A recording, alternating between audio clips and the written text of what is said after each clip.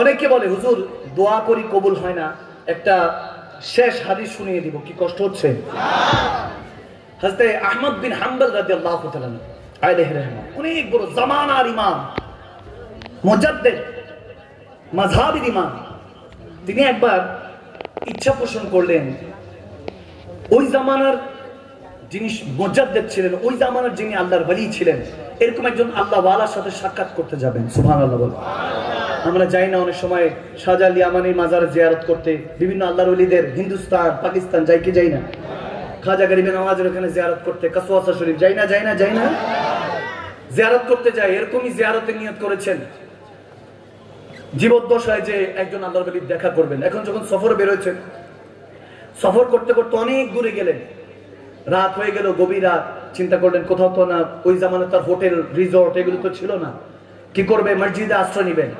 মসজিদে যখন গেলেন রাত যাপনের জন্য, ওই জামানার মসজিদের মুয়াজ্জিন বলতেছে, হুজুর আপনি কি রাতে এখানে থাকবেন? বলে হ্যাঁ। বলে মসজিদে থাকা যাবে না, আপনার সাথে গাট্টি কুট্টা দেখা যায়।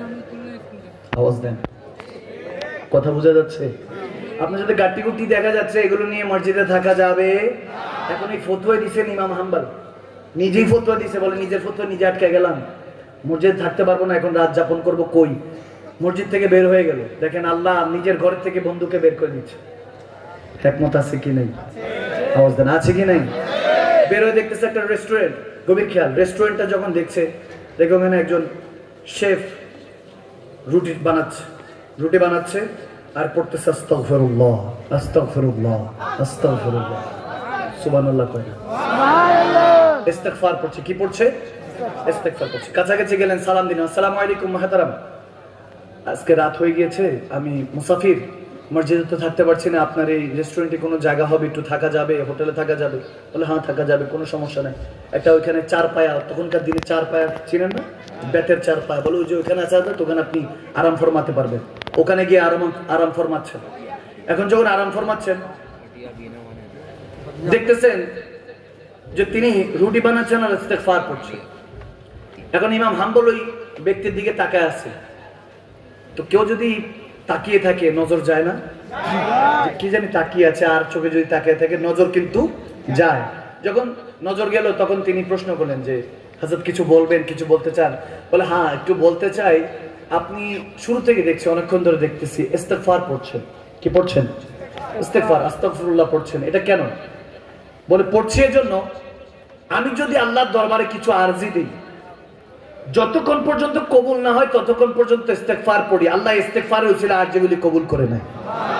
আরে জোরে বলে, এই জন্য আরজি দিয়েছি, এই জন্য ইস্তিগফার পড়ছি। বলে এখন কি আরজি দিয়েছেন? বলে এই জামানার যিনি মাযহাবের ইমাম হাম্বলের সাথে একটু দেখা করতে চাই।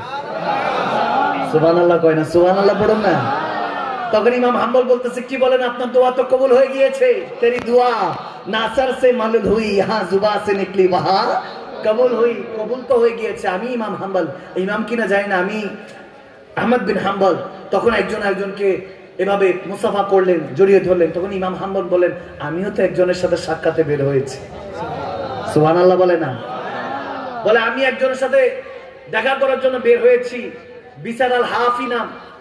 বিসার আল হাফি, বিসার মানে হলো খালি পায়ে যিনি হাঁটেন, তেনার নাম বিসার আল হাফি। বলে ওই জামানা বিসার আল হাফি আলাইহিস সালাম অনেক বড় মুজাদ্দিদ, এনার সাথে দেখা করতে চাই, আশিক রাসূল, এনার সাথে দেখা করার জন্য আসছি। আমি কি ইস্তিগফারের ওজিফাটা নিতে পারি আপনার জন্য? বলে ইস্তিগফারের ওজিফাও নিতে পারেন, আর আমি গুনাহগার বিসার আল হাফি। দেখেন, এক আশিক মাসুকের সাথে দেখা করিয়ে দিলেন কে? আওয়াজ দেন, একজন আশিক আরেকজন আশিকের সাথে দেখা করিয়ে দিয়েছেন কে?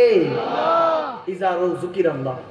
এক আশিক যখন আরেক আশিককে দেখে, তখন আল্লাহর কথা মনে হয়, রাসূলুল্লাহর কথা মনে হয়। সুবহানাল্লাহ। এভাবে দেখা করে দিয়েছেন। তো ইস্তিগফার, আস্তাগফিরুল্লাহ দাম আছে কি নেই? আওয়াজ দেন, আছে কি নেই? পড়া যাবে ইনশাআল্লাহ। বলে ইনশাআল্লাহ। আল্লাহ তৌফিক দান করুক, আমিন বলেন। একটা আমলের কথা বলে দিয়েছি, কি কষ্ট হয়েছে? আওয়াজ দেন, কষ্ট হয়েছে? সব সময় ইবাদত করার চেষ্টা করবেন, ইস্তিগফার দুরূদ শরীফ দিয়ে নিজের সিনাকে মক্কা মদিনা বানাবার চেষ্টা করবেন, এবং মা বাবার খেদমত করবেন। মনে রাখবেন, খেদমতে খোদা মিলে। আপনি খেদমত করবেন, দেখবেন আল্লাহ আপনাকে কোন দিক দিয়ে কবুল করে নিয়েছে টেরও পাবেন না। সুবহানাল্লাহ বলবেন না? মা বাবার খাদেম সন্তান হওয়ার চেষ্টা করেন। আমার নবী দুনিয়াতে এসেছেন ভালোবাসা শিখাতে। ভালোবাসা অর্জন করার চেষ্টা করুন, দিলটাকে নরম করার চেষ্টা করুন, নরম করার চেষ্টা করুন।